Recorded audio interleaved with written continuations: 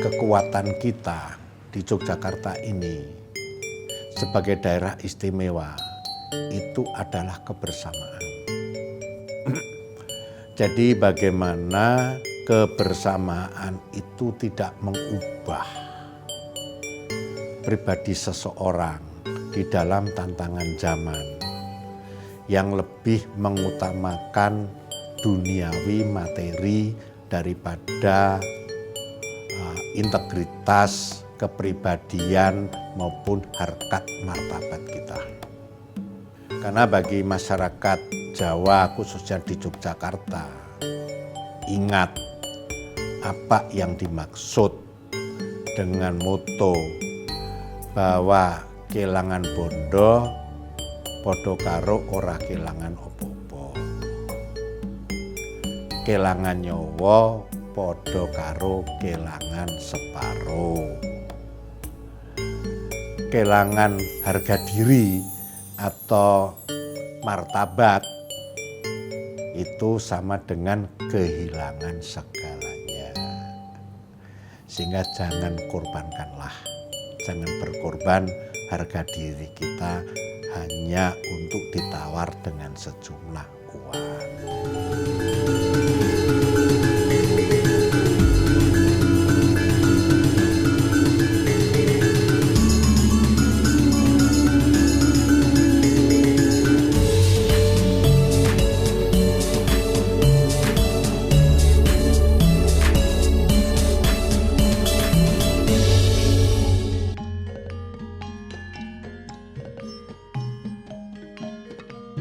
Anak-anak di luar, ya kan, main layangan, nekeran, bentek, yang sering itu main keneker, ya, karena relatif main keneker itu dilakukan di malam hari setelah belajar, setelah jam 8. Saya punya pembantu dari kecil, ya. Karena dia anak abdi dalem, dulu kalau hidup itu ikut abdi dalemnya di Kasatrian.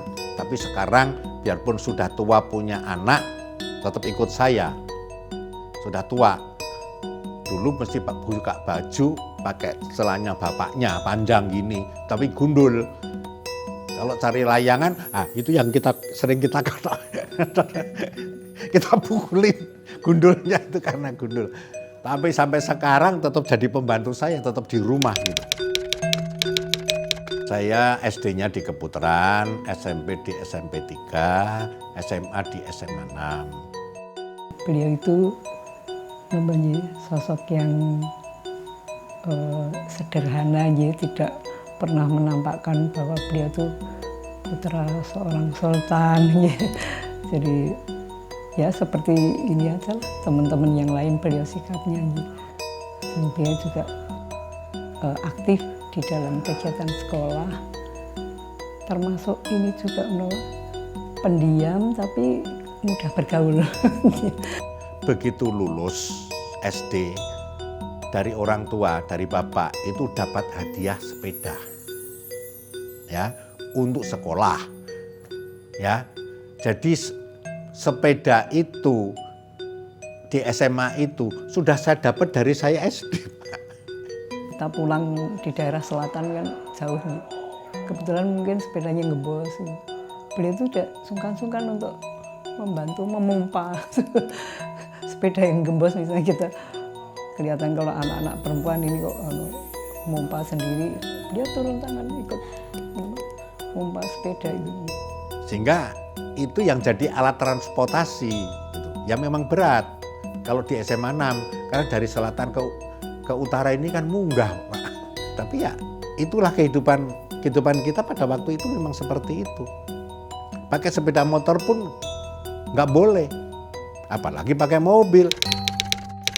Masuk mahasiswa itu persis G30 SPKI tahun 65, ya, di Gajah Mada.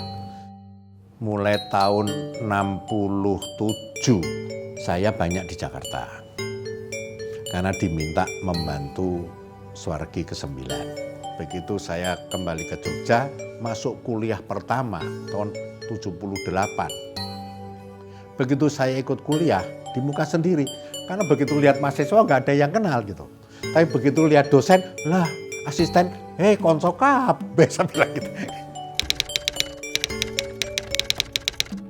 Saya ini dengan keluarga beliau, itu ada yang sudah beberapa kenal gitu loh. Ya kan? Tapi karena posisi Jeng Ratu itu di Jakarta, saya kan nggak kenal. Ibunya juga nggak kenal, bapaknya juga nggak kenal. Tapi yang di Jogja kan kenal.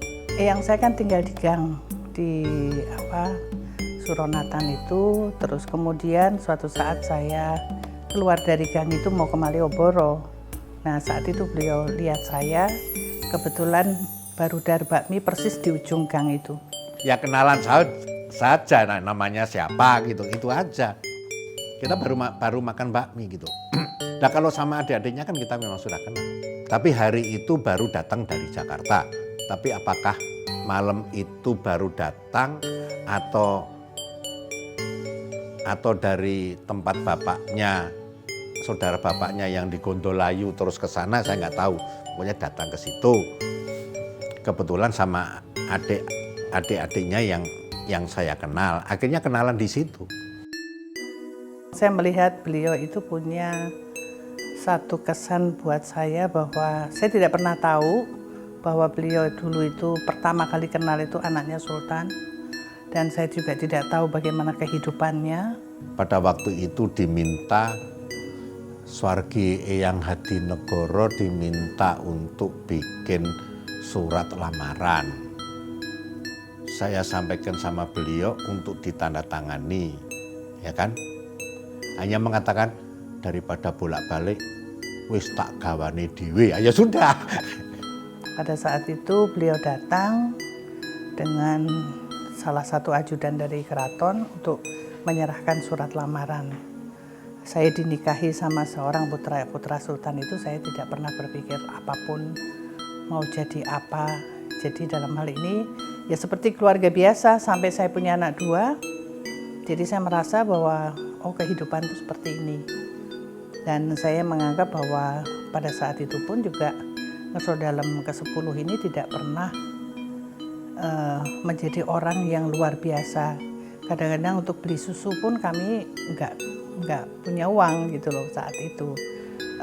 Kehidupan saya sendiri untuk beradaptasi itu ya istilahnya learning by doing. Kita berjalan dan saya baru bisa bahasa Jawa halus itu setelah 2 tahun berada di Jogja dan selalu diajari sama ibu mertua saya.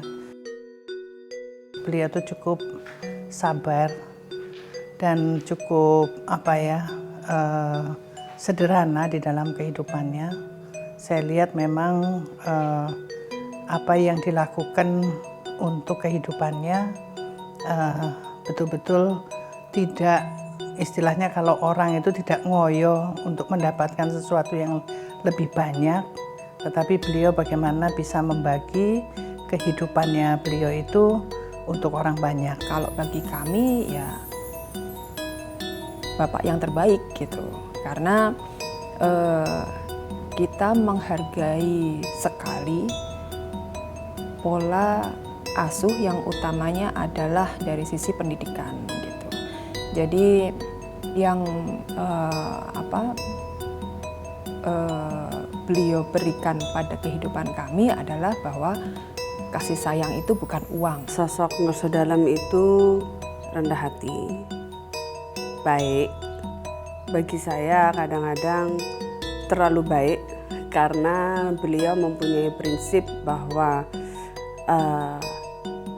orang yang jahat atau tidak suka dengan beliau tetap harus dirangkul. Anak-anak itu harus membangun kemandirian. Ya, pendidikannya cukup. Menghadapi tantangan harus dia selesaikan. Karena tantangan itu dia bisa menyelesaikan itu adalah pengalaman baru berproses untuk membangun integritas dan daya banting. Kalau mendidik putih-putihnya itu Ngeso Dalem itu kan pernah menyekolahkan kita keluar ya supaya kita itu mandiri gitu. Kita mandiri, kita bisa mengerjakan apa sendiri gitu, jadi tidak tergantung dengan orang lain. Ngerasa dalam itu lebih membiarkan kita untuk merasakan jatuh, tapi nanti beliau mengangkat gitu. Jadi jangan terlalu hati-hati, tetapi membuat kita menilai kehidupan seperti apa. Jadi apa? Ya kalau kamu punya tantangan, kamu hadapi, kamu selesaikan persoalan, jangan ditunda. Jangan dihindari, karena itu yang akan membacakan karakter seseorang, karena pengalaman hidup gitu. Ngerasa Dalam mengizinkan kami untuk bergaul dengan siapa saja, punya teman siapa saja, tidak memilih-milih, tapi beliau memberikan keleluasaan untuk kami menilai teman kami seperti apa. Saya tidak mengarahkan harus ke sana, ke sini, ya kan? Itu mereka yang bisa menentukan sendiri sesuai dengan kemampuan sendiri. Saya hanya mencoba untuk mageri. Kalau begini boleh, kalau begini jangan. Belum waktunya. Nanti tahapannya kalau sudah begini, itu mungkin bisa, kalau ini jangan. Sebenarnya gitu loh. Tapi juga harus ada argumentasi, jangan sekedar mengatakan boleh dan tidak. Dalam hubungan antara suami istri maupun anak, bagaimana yang dipentingkan itu kebersamaannya, bukan persoalannya. Karena kalau kita mengutamakan persoalan, orang tua mau menangnya sendiri, bisa terjadi konflik hubungan orang tua sama anak. Dia itu tidak senang dengan menggunakan telepon. Jadi saya pun mau kemanapun kalau nggak ada yang penting, beliau itu tidak pernah telepon, kecuali saya yang telepon. Dan ini juga kalau mau bicara dengan putri-putri ya ditimbali.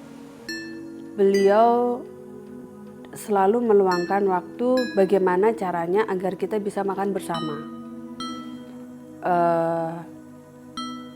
Karena sekarang anak-anaknya udah menikah, ya kan, jadi kita mempunyai waktu di hari Sabtu. Sabtu, Minggu itu adalah waktu kita. Biasanya Ngerasa Dalam itu suka ngetuk pintu satu-satu. Mbak ada di kamar nggak semua gitu. Biasanya kita ngobrol di depan kamar bareng-bareng gitu. Kalau enggak ya kita di ruang makan gitu. Ngobrolin sebulan ini aktivitas kita ngapain gitu, cerita-cerita, ketawa-ketawa, bercanda gitu. Biarpun terjadi perbedaan cara pandang, cara menyelesaikan, tapi keluarga itu tidak punya jarak. Hubungan orang tua sama anak itu tidak boleh punya jarak. Jadi kalau saya itu menekankan pada satu aspek saja. Istri harus percaya suami, suami harus percaya istri, orang tua harus percaya sama anak, anak harus percaya kepada orang tua. Hanya dasarnya satu, percaya.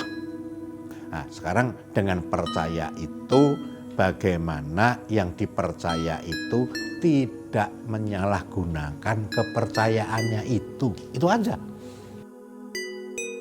Hobi beliau tuh sebetulnya lebih unik juga, karena yang pertama sebelum beliau menjadi gubernur itu beliau tuh banyak berolahraga, termasuk pada saat waktu yang longgar beliau tuh juga senang krestik. Jadi buat kamus itu krestiknya dibuat sendiri. Dulu waktu kami belum pindah ke keraton, posisinya itu masih di Metokesmo. Itu saya kan sampai kelas 2 SD ya waktu itu. Nah itu Ngerasa Dalam itu masih punya banyak waktu ya untuk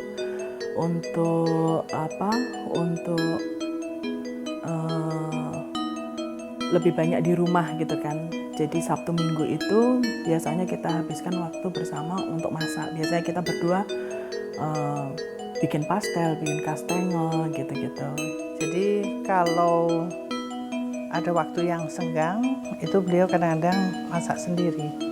Dan masak itu sampai saya buatkan dapur kecil beliau bisa masak sendiri. Dan masak ini saya kira sama dengan Ngeso Dalem ke-9, sebetulnya juga hobinya masak. Saya bekerja itu didasari keikhlasan saja. Kalau sebagai sultan tidak ada pilihan kecuali harus mengabdi, itu aja. Lakukan aja dengan ikhlas. Ya.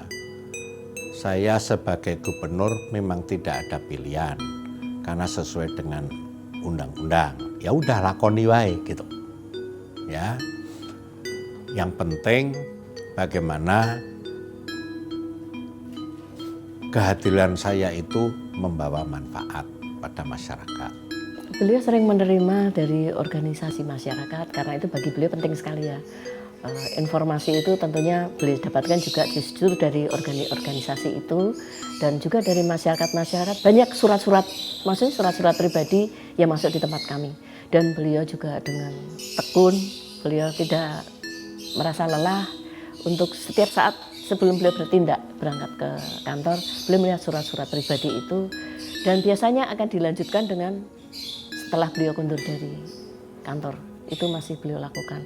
Kadang kami sebagai sekretaris yang melihat kok beliau nggak ada rasa capeknya sama sekali. Beliau juga mengatakan bahwa anak-anak ini harus menjadi anak-anak yang bermanfaat bagi masyarakat. Jadi nanti kalian semua punya peran masing-masing di dalam membantu keraton maupun juga membantu masyarakat Jogja. Yang tetap nggak hilang ya itu tadi, yang tetap semua anaknya Bapak itu punya tanggung jawab untuk kontribusi terhadap Jogja. Tahun 2006 itu Bapak pernah berbicara soal Jogja Cyber Province. Saya ngerasa, oh ini di mana saya bisa membantu Bapak. Itu saya ngerasa sendiri, jadi istilahnya apa yang dicita-citakan, jadi misalnya ini ada roadmap-nya, apa yang dicita-citakan Bapak tuh ada di sini gitu. Pemahamannya yang support, yang bagian eksekusi itu masih jauh. Jadi gap-nya itu sangat jauh sekali, gitu loh. Mana Bapak kan emang ngelihatnya itu selalu jauh ke depan. Saya lebih ke organisasi dan kemasyarakatan. Jadi tentunya harapan kami kalau untuk memenuhi satu persatu keinginan masyarakat tentunya itu suatu hal yang mungkin sulit untuk dipenuhi. Tapi bagaimana yang menjadi prioritas-prioritas yang dimaui oleh segenap warga masyarakat, tentunya itu yang bisa dipenuhi. Sebetulnya saya merasa secara protokoler ya, saya lebih bebas dari sultan itu daripada dari gubernur. Gitu. Karena saya jadi sultan itu, saya bisa perintah sekretaris, tidak boleh ya masyarakat yang mau bertemu sama saya dihalangi. Tapi kalau di sini protokoler itu bisa terjadi. Entah siapa yang mau ketemu, loh kalau masalah ini tidak perlu gubernur, ini cukup di kepala dinas kan gitu. Sultan itu kekuatan spiritual, ya. Bagaimana membangun masyarakat itu punya peradaban. Jadi kalau saya sebagai sultan, itu kewajiban saya hanya 3. Hamemayu hayuning bawono. Ya, dalam arti, menurut pendapat saya, Hamemayu hayuning bawono itu ada 3 kualifikasi. 1, ya, keselamatan bumi alam itu hanya dimungkinkan karena kearifan manusia sendiri. Yang kedua, keutamaan manusia. Ya, keutamaan itu sifat-sifat kesatria berarti ya kejujuran, punya rasa patriotisme karena itu merupakan integritas, ya, punya dharma kepada bangsa dan negara dan sebagainya.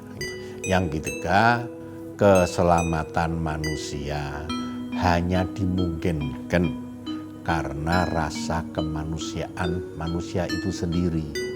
Yang kedua itu manunggaling kawula Gusti. Ya.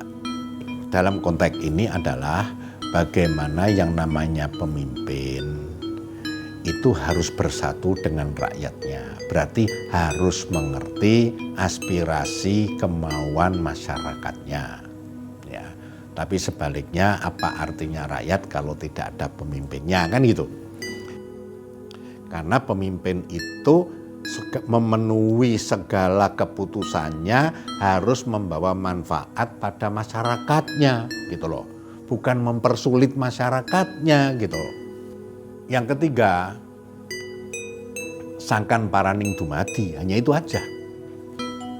Dalam arti kita sebagai manusia ciptaannya, lahir, hidup, mati itu karena Allah. Sehingga kewajiban manusia itu untuk mengagungkan asmanya, ya. Nah, untuk itu harus membangun budi pekerti yang baik. Kekuatan kita di Yogyakarta ini sebagai daerah istimewa itu adalah kebersamaan.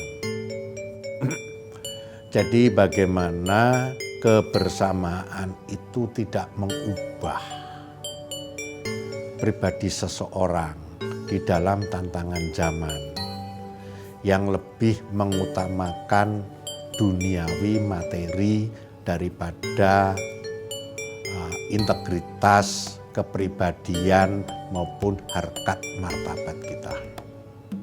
Karena bagi masyarakat Jawa khususnya di Yogyakarta, ingat apa yang dimaksud dengan moto bahwa kelangan bondo podo karo ora kelangan opo-opo. Kelangan nyawa podo karo kelangan separo. Kelangan harga diri atau martabat itu sama dengan kehilangan segalanya. Sehingga jangan korbankanlah, jangan berkorban harga diri kita hanya untuk ditawar dengan sejumlah uang.